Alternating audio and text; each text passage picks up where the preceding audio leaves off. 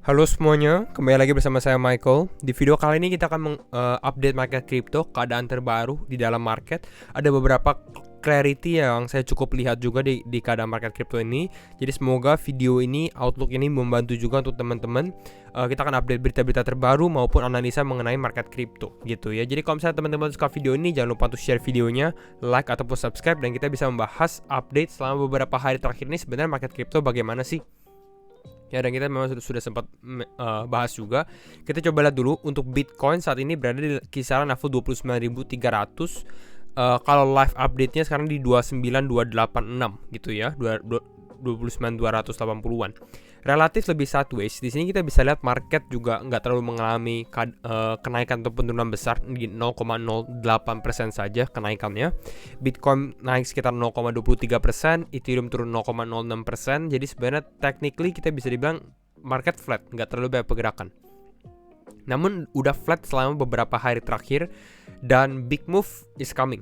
Ya, pasti akan ada sesuatu yang besar terjadi juga. Saya rasa bukan masalah minggu, tapi ini mungkin masalah beberapa jam atau mungkin beberapa hari saja gitu ya. Bitcoin bisa antara dia breakout ataupun breakdown.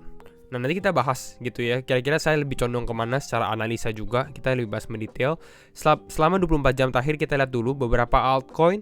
Yes, ICP mengalami kenaikan. Ada Aptos juga naik, Solana, 1inch, Lunsi, Leo, Theta Network gitu ya. Tapi nggak terlalu banyak juga.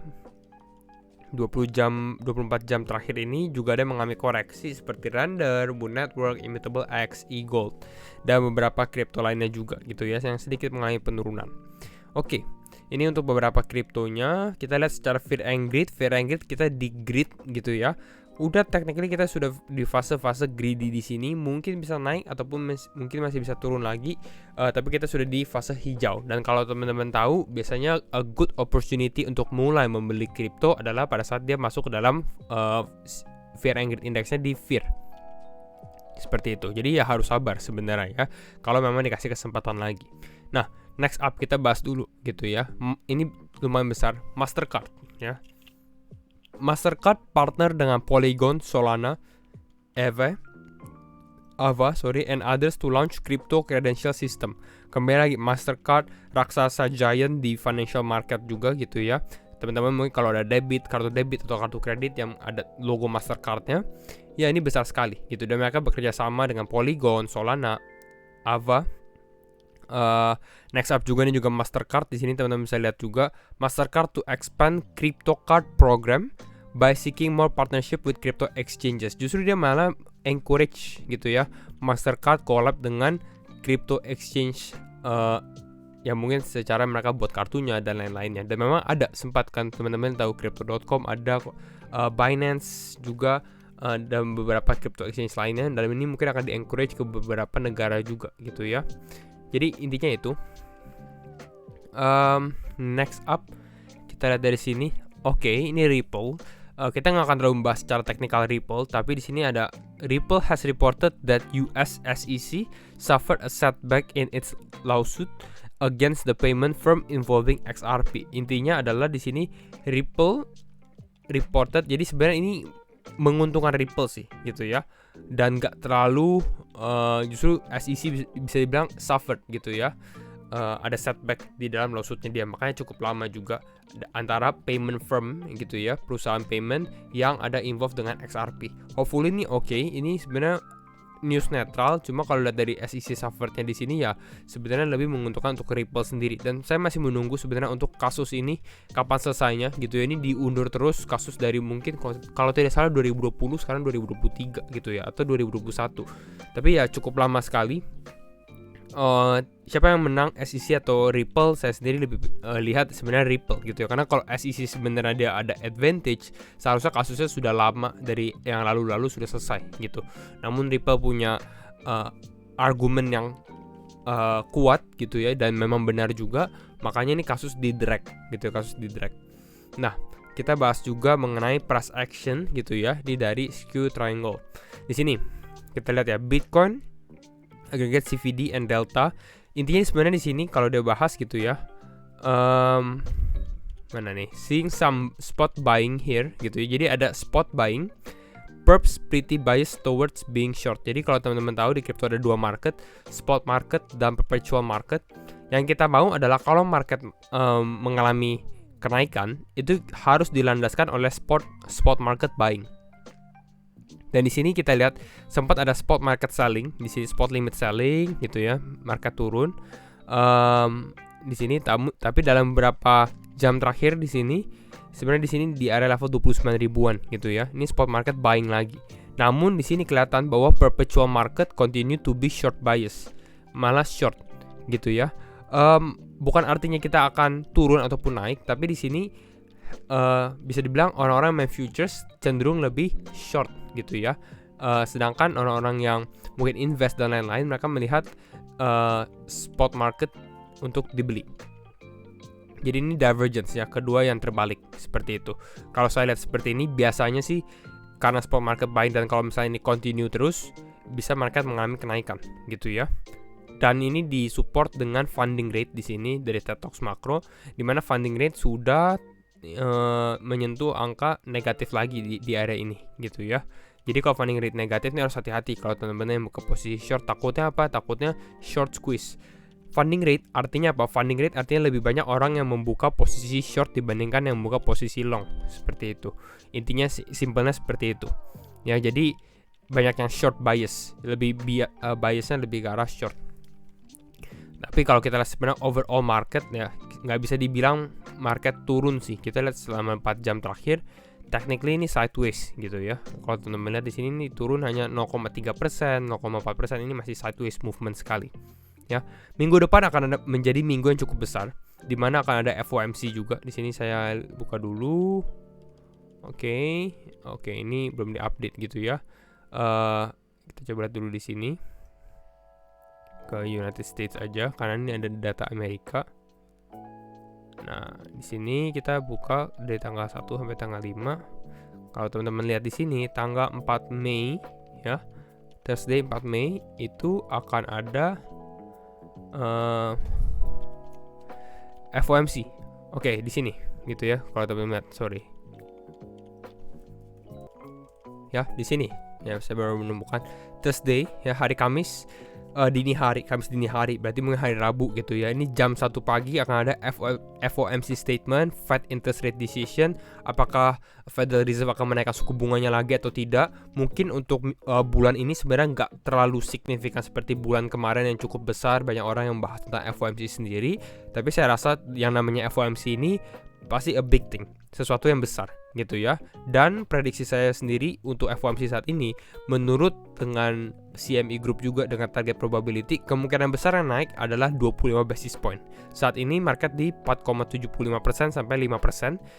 Kalau saya lihat dari sini pun cenderung sebenarnya untuk FOMC naikin lagi 25 basis point atau sekitar 0,25%.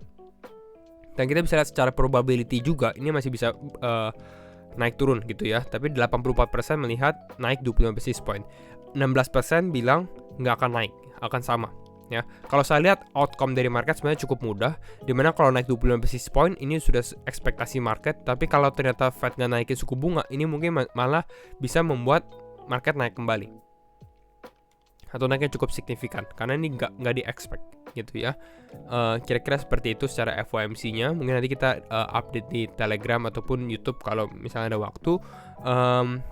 Ini untuk FOMC. Next up kita bahas untuk Bitcoin balance on exchanges di sini, di mana Bitcoin held on Binance has just surpassed 692,000 Bitcoin gitu ya. Jadi ada sekitar 692,000 Bitcoin di dalam Binance, dan ini kita bisa lihat secara movement supply Bitcoin di dalam Binance. Yang pertama, sharp decline post FTX collapse. Pada saat FTX hancur, banyak yang langsung antara jual Bitcoin atau keluarin withdraw Bitcoin mereka dari exchanges, dari Binance gitu ya. Jadi ada dua kemungkinan, antara orang-orang pindahin gitu ya ke wallet atau jual. Dan ini sebenarnya dua-duanya juga support, karena kan price Bitcoin juga turun sempat ke level 15.000 kalau tidak salah. Nah, next up kita bisa di awal tahun Januari market mulai naik, kembali lagi orang-orang mulai deposit Bitcoin dan mungkin membeli Bitcoin gitu ya, di support. Dan sekarang kita lihat bahwa kenaikannya juga sudah cukup tinggi gitu ya. Ini antara orang-orang mau menjual Bitcoin mereka di dalam exchanges atau masih mau membeli lagi gitu. Jadi ini harus hati-hati sebenarnya kalau kita lihat dari Bitcoin balance on exchanges ini. Takutnya mulai ada selling lagi, dan mungkin selling tersebut bisa membawa harga Bitcoin untuk mengalami penurunan gitu ya. Nah, kita sekarang bahas untuk mengenai technical Bitcoin. Kembali lagi disclaimer on and do your own research juga, karena setelah keputusan tetap di tangan teman-teman. Beberapa hal yang saya mau mention, yang pertama adalah ini Bitcoin kemarin dalam beberapa hari terakhir testing 2 kali di area ini gitu ya. Ini area kisaran level 29.000 30.000-an, dan ini kita proof bahwa ini sebenarnya masih belum bisa di breakout oleh Bitcoin. Oke. Sempat kita share juga analisa di Telegram. Yang pertama ini yang warna putih, teman-teman, fokus yang warna putih yang cukup tebal gitu ya. Ini menjadi trendline kita ya. Di sini kita bisa lihat, di sini dia ada hit gitu ya. Lalu sini ada support, ada support juga di sini, dan ada support di sini. Jadi bisa dibilang ini pretty valid ya garis ini. Nah, kita breakdown di sini, gitu ya, breakdown. Lalu di sini kita kembali breakout lagi ke atas, turun lagi, lalu sekarang konsolidasi di area ini, area trendline ini. Oke, intinya seperti itu. Nah, next up saya akan introduce trendline kedua, ini di lebih agak bawah gitu ya. Nah, ini ambilnya cukup jauh kalau teman-teman lihat secara one day mungkin.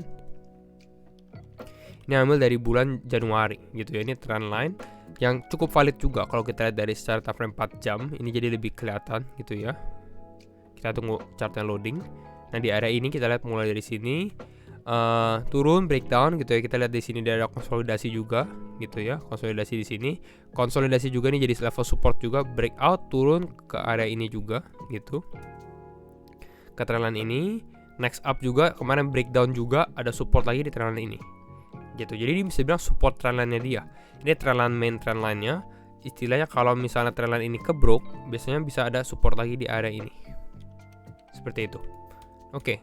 Nah, sekarang next plan-nya bagaimana? Next plan yang saya lihat, saya cenderung untuk dengan adanya funding rate negatif, lalu ada ini juga spot market seperti ini, cenderung kita akan bias long ya, lebih ke arah untuk posisi long. Mungkin Bitcoin masih bisa koreksi lagi, yang seperti saya bilang di Telegram, mungkin koreksi ke arah ini, exponential moving average 20 ataupun mungkin di exponential moving average 50 ya gitu ya. Koreksi sekitar berapa persen ini? 1,6%, cukup besar sebenarnya gitu ya, karena Bitcoin relatif nggak terlalu naik kalau memang ini terjadi. Tapi kita mau lihat untuk Bitcoin possible untuk breakout dari area ini gitu ya. Jadi game plan kita adalah kalau misalnya Bitcoin bisa bounce di sini, kita maunya di break di sini. Kalau ternyata ada rejection, cenderung justru ini kita short bias gitu ya pada saat dia berada di kisaran ini, karena ini lack of momentum juga.